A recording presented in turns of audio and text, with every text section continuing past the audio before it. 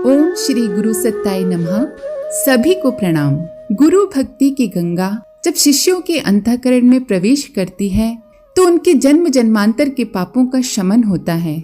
शिष्य साधक के कषाय कल्मश भक्ति जल में धुल जाते हैं। शिष्यों का अंतर्मन भक्ति जल में धुलकर धवल होता है। इसे वे सभी अनुभव करते हैं जो अपने आप को सच्चा शिष्य सिद्ध करने के लिए प्राणपण से बाजी लगाए हुए हैं। इनकी एक ही टेर रहती है कि प्राण भले ही चले जाएं, पर किसी भी भांति उनका शिष्यत्व कलंकित न होने पाए। गुरुदेव की भक्ति ही सार है। उनकी भक्ति से ज्ञान विज्ञान सभी कुछ मिल जाता है। श्रुतियों में उन्हीं प्रभु की पराचेतना का निरूपण हुआ है। इसलिए मन और वाणी से गुरुदेव की आराधना करते रहना चाहिए।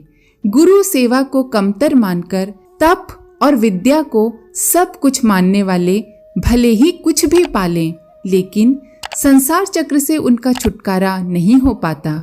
इसलिए सद्गुरु की शरण में बने रहना ही साधना जीवन की सर्वोच्च कसौटी है।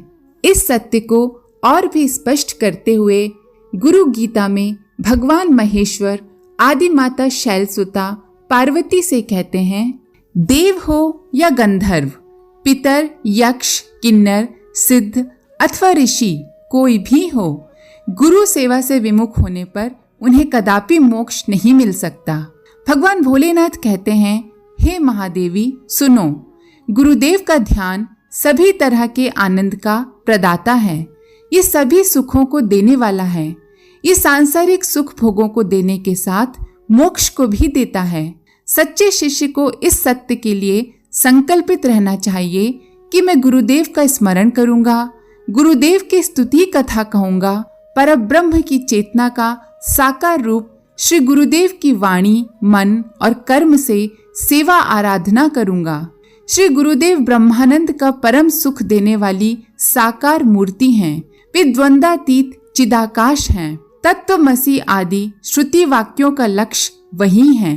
वे प्रभु एक नित्य विमल अचल एवं सभी कर्मों के साक्षी रूप हैं। गुरु सभी भावों से परे, प्रकृति के तीनों गुणों से सर्वथा रहित हैं। उन्हें भावपूर्ण नमन है। श्री गुरुदेव नित्य शुद्ध निराभास निराकार एवं माया से परे हैं। वे नित्य बोधमय एवं चिदानंदमय हैं। उन परात्पर ब्रह्म गुरुदेव को नमन है। गुरु गीता के इन महामंत्रों के सार को अपनी चौपाई में बांधते हुए गोस्वामी तुलसीदास जी मानस में कहते हैं, गुरु बिनु भवनिधि तरई न कोई, जो बिरंच शंकर सम होई। यानी कि ब्रह्मा एवं शिव की भांति समर्थ होने पर भी श्री गुरुदेव का आश्रय पाए बिना इस भवसागर को कोई पार नहीं कर सकता। शिष्यों को साधकों को यह सत्य भली भांति आत्मसात कर लेना चाहिए कि अध्यात्म तत्व गुरु गम्य है। गुरु के बिना तप तो किया जा सकता है, सिद्धियां तो पाई जा सकती हैं, चमत्कार तो दिखाए जा सकते हैं, पर अध्यात्म के सत्य को गुरु के आशीष के बिना नहीं पाया जा सकता। गुरु कृपा के बिना आत्म तत्व का ज्ञान नितांत असंभव है। इस सच्चाई को उजागर करने वाला एक बहुत ही प्रेरक प्रसंग है। टीवी कापाली शास्त्री दक्षिण भारत के बहुत ही उद्भट विद्वान थे। वेदों के महापंडित के रूप में उनकी ख्याति थी। वेद विद्या के साथ तंत्र के महासाधक के रूप में सभी उनको जानते थे। सिद्धियां और चमत्कार उनके अनुचर थे। अनेकों भक्तों का जमघट उन्हें घेरे रहता था, जिनमें से कुछ सच्चे जिज्ञासु भी थे। इन सच्चे जिज्ञासु शिष्यों में एक MP पंडित थे, जिन्होंने बाद के दिनों में प्रख्यात मनीषी के रूप में ख्याति अर्जित की। तप विद्या एवं सिद्धियों के धनी कापाली शास्त्री के पास सब कुछ था सिवाय अध्यात्म तत्व के गूढ़ रहस्यों के, और ये अभाव उन्हें हमेशा सालता था। एक दिन उन्होंने बड़े कातर भाव से तंत्र महाविद्या की अधिष्ठात्री माता जगदम्बा से प्रार्थना की, माँ मुझे राह दिखा।